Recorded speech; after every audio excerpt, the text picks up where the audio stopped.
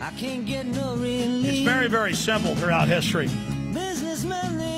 You can count the free countries, the free republics, nations where the people had even bare bones rights to private property and liberty on one hand. There have been thousands of corrupt empires and nations and thuggish lords and kings and corrupt systems that have come and gone.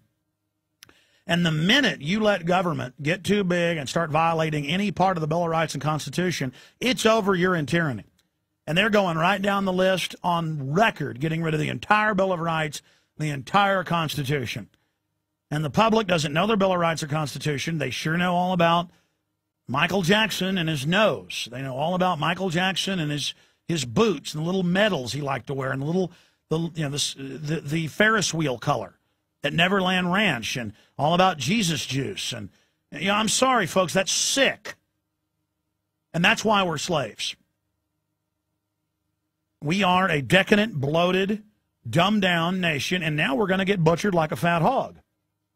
But there are tens of millions of good, wholesome people in this nation, and we're fighting to save the republic.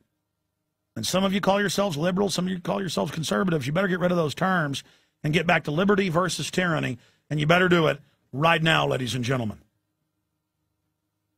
Coming up in the next hour, I'm going to break down the complete and total takeover that is taking place and unfolding and how we can fight back against it. But there is no doubt now they are making their complete move. This is going to be a hot revolution by the elites against the people. And I want to let you know what the moves are, what will happen if they win, and what will happen if we win, and ways to defeat them. So let's go ahead and go to Barbara in Alabama. Sorry, I hit the wrong button earlier. Not the guy's fault, my fault. Barbara in Alabama, you are on the air now. Hi, Alex. Hi. First, I do want to tell you we did call down there. We didn't get much done, get through to anybody. But I've got something here that I wanted to tell you about. I have a small business where we a call center. And Friday, I received an email from a client that states, beginning today, your home business may be receiving calls from employees in North America as part of the employee H1N1 flu hotline. Employees will be calling to confirm whether or not their office is open for work. If they have additional questions, blah, blah, blah, to review, here's your script. And predominantly we will be getting calls from New York, Atlanta, and Chicago. Yep. And I don't know if this is anything important. No, it is. I wanted to call you.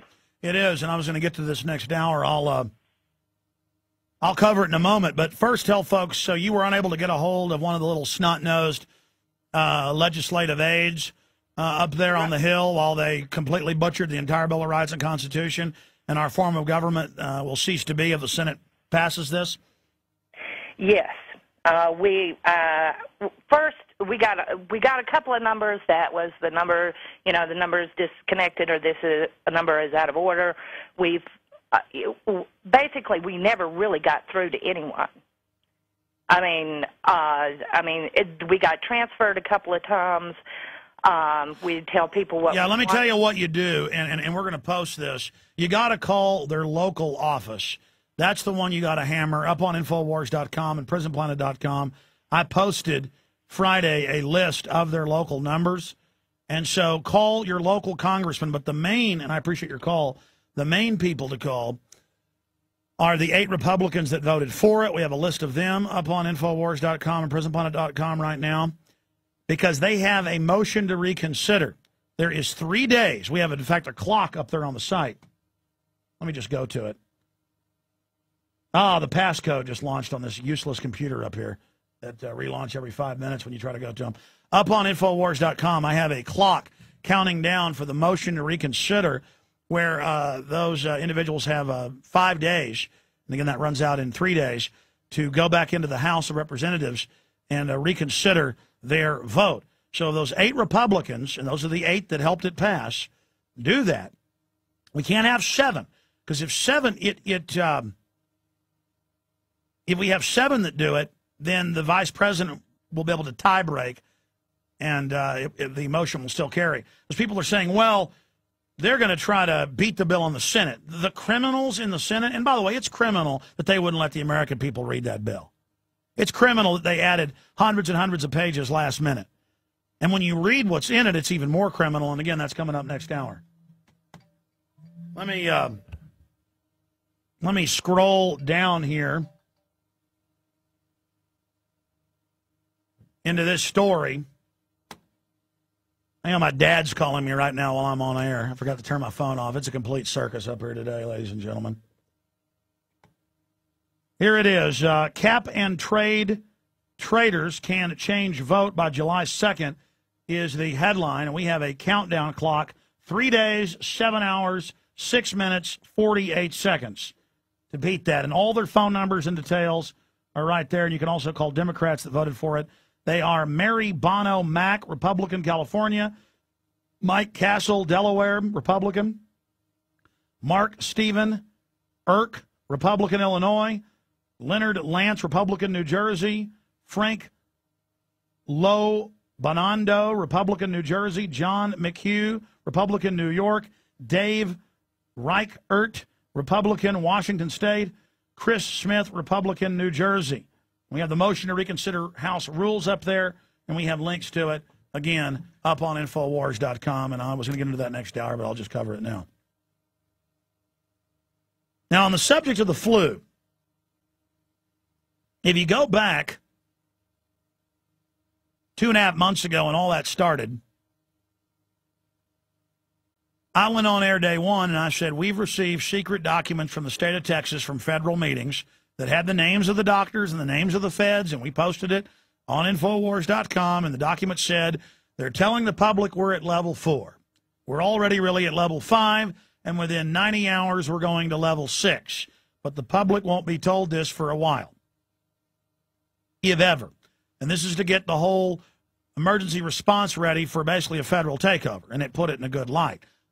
And I posted it, and everybody laughed at me and said it wasn't real, and as usual, just like the MIAC report and the DHS report and the clergy response team reports and the hundreds of other big stories we broke in aren't real till it's all over mainstream news.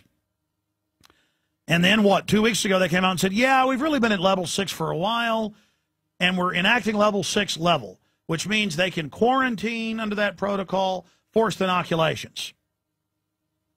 And I read to people Friday again, the executive order.